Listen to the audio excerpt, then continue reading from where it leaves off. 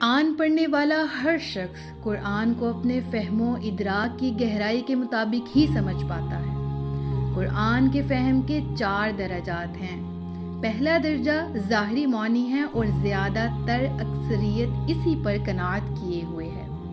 دوسرا درجہ باطنی معنی ہے۔ تیسرا درجہ ان باطنی معنوں کا بطن ہے، اور چوتھا درجہ اس قدر عمیق معنوں کا حامل ہے کہ زبان ان کے بیان پر قادر نہیں ہو سکتی، چنانچہ یہ ناقابل بیان ہے۔ علماء و فقہا جو شریعت کے احکامات پر غور و خوض کرتے رہتے ہیں، یہ پہلے درجے پر ہیں۔ دوسرا درجہ صوفیاء کا ہے، تیسرا درجہ اولیاء کا ہے، چوتھا درجہ صرف انبیاء و مرسلین اور ان کے ربانی وارثین کا ہے۔